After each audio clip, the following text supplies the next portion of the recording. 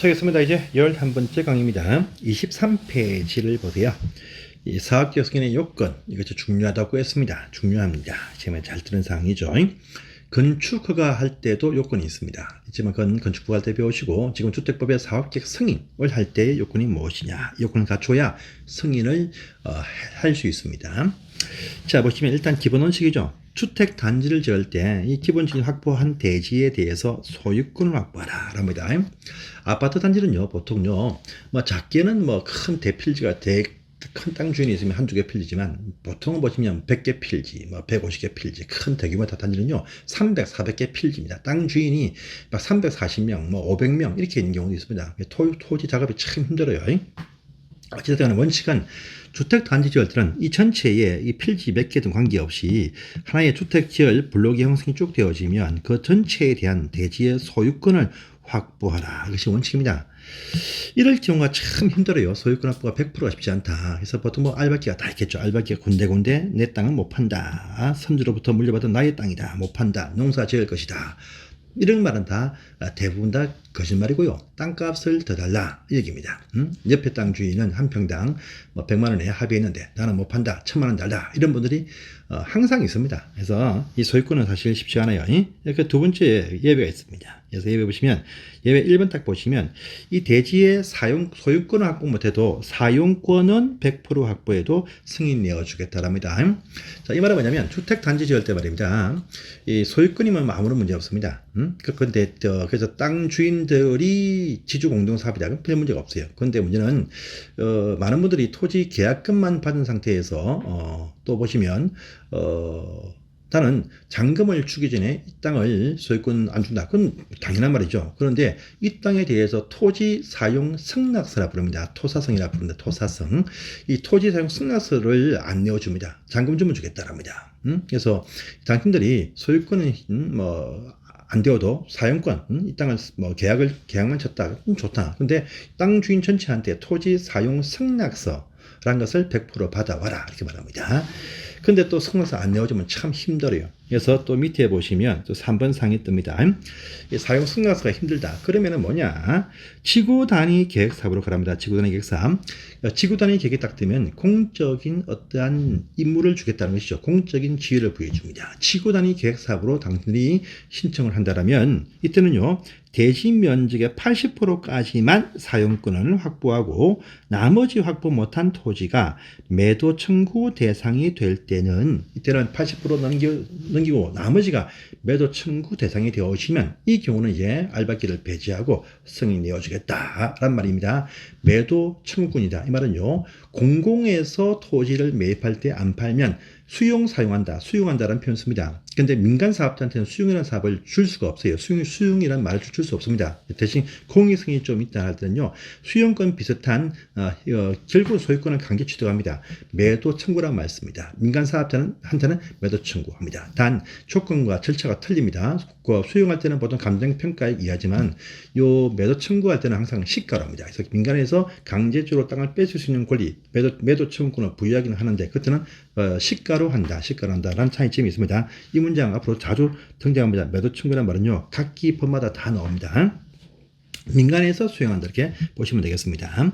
자, 또 그 위에 두 번째 보시면 누가 합니까? 사업을요. 공공사업자가 하네요. 공공사업자가 국가, 지방자치단체, 토지공사, 지방공사가 사업을 합니다. 이때는요. 소유권, 사용권 이런 것도 필요 없이 그들은 공익 목적에서 하기 때문에 그런 거 묻지 않고 사업계 승인이 내어주겠다. 이 말은요. 그냥 국지토지는 뭐겠습니까? 이들은 나중에 안 팔아. 그러면 말 그대로 강제 수용권을 행사해서 땅을 다 뺏어버립니다. 그래서 국지토지가 사업을 할 때는 수용권을 주기 때문에 소유권, 사용권을 묻지 않고 공공적인 목적의 실현을 위해서 승인부터 내어주겠다라고 합니다. 그 승인 받아야 수용권이 발생하기 때문에 그러합니다. 그래서 이런 부분에 관한 요건 참 중요한 사항이니까 보십시오. 그 다음에 승인 기준, 요것도 여러분들 체크하시는데, 주택 건설 사업에는 당연히 부대 시설과 복내 시설 계획이 포함이 되어집니다. 해서 사업이 어려운 것입니다.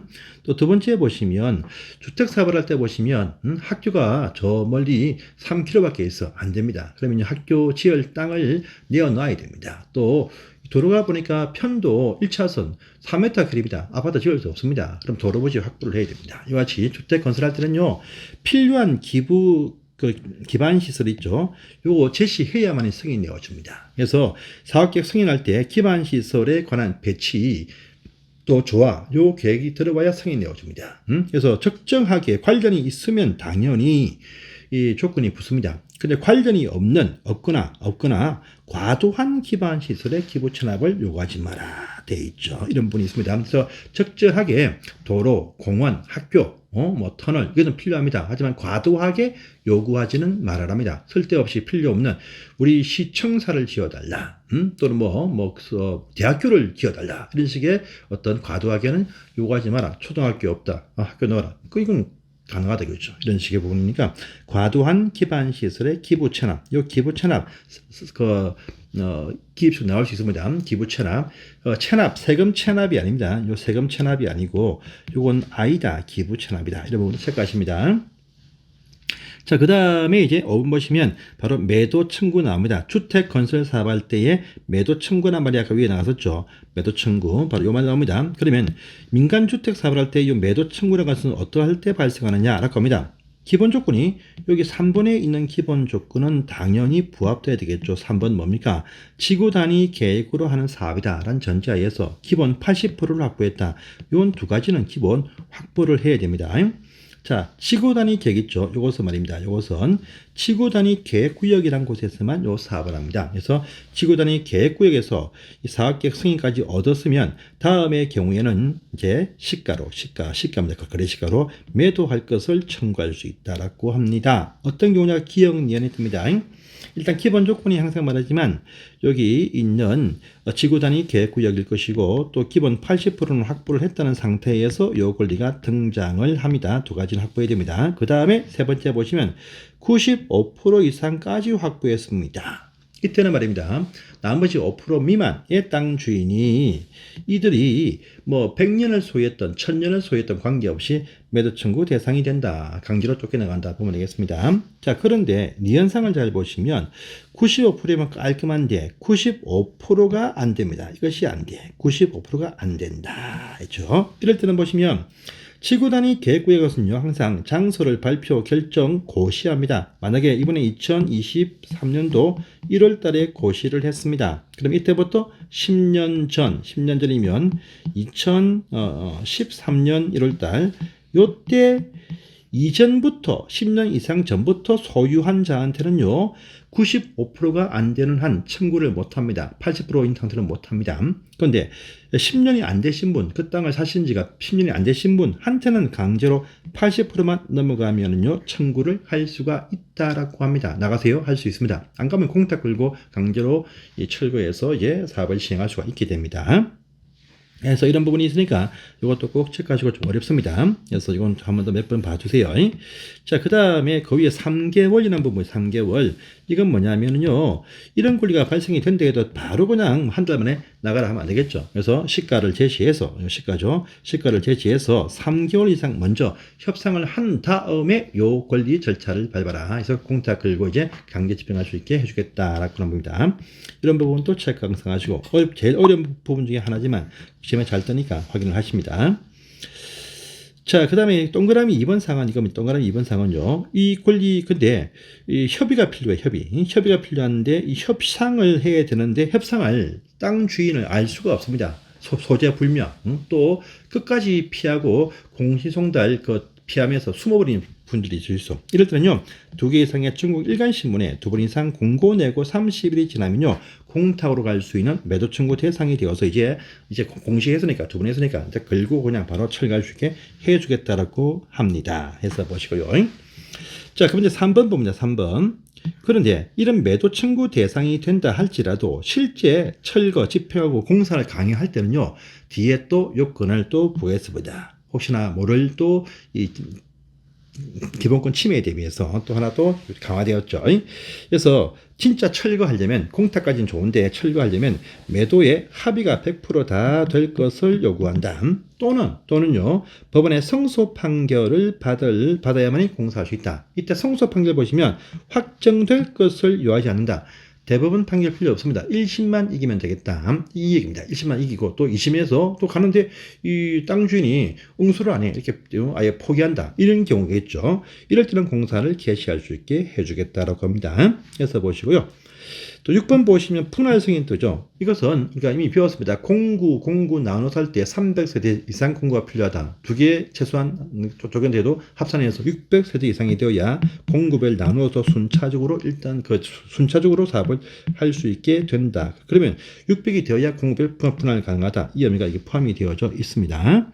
자, 보시고요. 오른편의 날개편은요, 이것도 조금 지엽적인 상이지만 꼭 체크를 꼭 해주세요. 그래서 이건 지금은 통과를 하겠습니다. 자, 그 다음 페이지 가보십니다. 7번 보시면은 승인 절차라고 나와있죠. 승인 절차. 요걸 잘 보시면은요, 이 주택 건설 사업의 성격을 알 수 있어요. 주택 사업은 말입니다. 요건이 강화되었죠. 엄청 요건이 많죠. 이 요건을 갖추어도 승인 여부를 통보해 준다랍니다. 신청을 한다면. 그래서 60일 딱 뜨죠. 한 번 시험에 나왔었죠.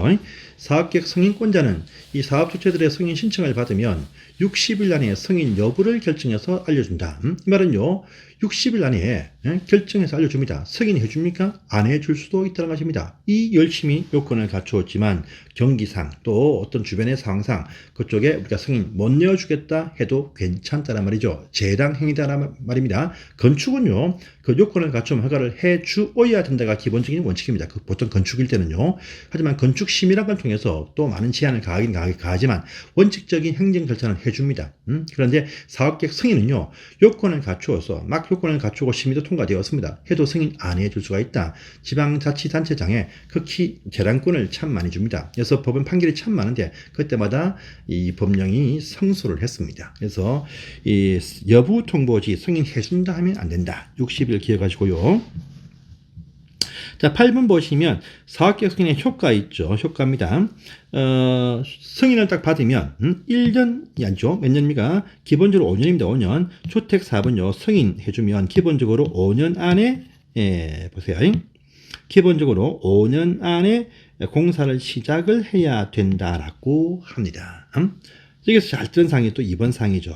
우리가 그 사업장이 좀 600세대 이상 큰 사업장이어서 300 쪽에서 공구별로 나누어서 순차적으로 공사를 하게 하시되죠. 착공 신고와 사용 검사. 이때 1공구다. 그러면 1공구의 최초 공구는 똑같이 승인 받으면 5년 안에 공사를 착수해야 됩니다. 이렇게 5년 내에 착수를 못 하죠. 그러면요. 밑에 보시면 있습니다. 그 승인을 취소할 수 있다라고 되어 있습니다. 공사 착수 못하면 승인 취소할 수 있습니다. 해야 된다가 아니고 할 수 있다. 건축은요, 2년, 공장은 3년 내에 착수 못하면 허가를 취소하여야 한다지만 주택단지 건설사업은요, 5년 내에 착수 의무가 주어지지만 착수 못하면 승인을 취소할 수 있다지 해야 된다. 의무사항이 아니다. 이런 부분도 꼭 체크하십시오. 자, 그런데 그 밑에 상이 중요합니다. 두 번째 보세요. 1공구는 그런데 2공구, 3공구 등의 4공구, 이 뒤에 공구들은요, 1공구, 최초 공구 착공 신고한 날부터 2년 안에 전부 다 착수를 다 해야 됩니다. 그 다음 직전 공구 2년이 아니고 1공구 착수했다. 그러면 2년 안에 2, 3, 4, 5, 6, 7, 8 다 착공 신고를 다 해야 된다. 이 말 되겠습니다. 자, 그런데 여기서 중요한 사항이 있습니다. 뭐냐 하면은, 자, 밑에 박스 안에 1번을 보세요. 사업주체가 승인 받은 후부터 5년 안에 공사를 시작하지 않으면 승인 취소할 수 있다. 근데 그 다음번 문장을 잘 보세요. 보시면 분할 승인 받은 경우에 1공구, 최초 공구, 외의 공구, 2, 3, 4, 5 공구는 제외한다 라는 표현 나오죠. 2, 3, 4, 5, 6, 7, 8, 9 이 두 번째 이하부터는요, 착수 안 해도 승인 취소할 수가 없다란 말입니다. 그래서 사업자는요, 한 번에 동시에 1800세대 분양을 딱 쳐가지고 사업비 회수했다. 참 큰 성공하겠지만 뭔가 지금처럼 분양이 좀 애매하다. 그러면요, 공구를 쪼개서 1공구만 먼저 분양을 300세대 살짝 해보고 안 된다. 그러면 뒤에를요, 미루어 놓을 수가 있다. 이런 의미가 포함이 되었습니다. 미루어놔도 승인 취소를 못한다 라는 의미가 포함이 되었습니다. 그 의미가 있으니까 이것도 딱 보시고요. 기타 승인 취소할 수 있는 사유도 있습니다. 일기만 보시면 여러분들이 아시겠죠? 것이 다 판단이 되어지니까 이 부분은 통과를 하겠습니다. 오른편 살짝 보시면 착수기간 있죠. 건축은 2년, 공장은 3년, 건축 신고는 1년입니다. 근데 일반적인 주택사업은 5년, 5년, 2년이다. 이런 부분들 시험에 잘 뜨니까 체크를 해 두시기를 바랍니다. 자, 여기까지 보시고 이제 사용 검사부터 이하 절차들은 또 다음 시간에 보도록 하겠습니다. 감사합니다.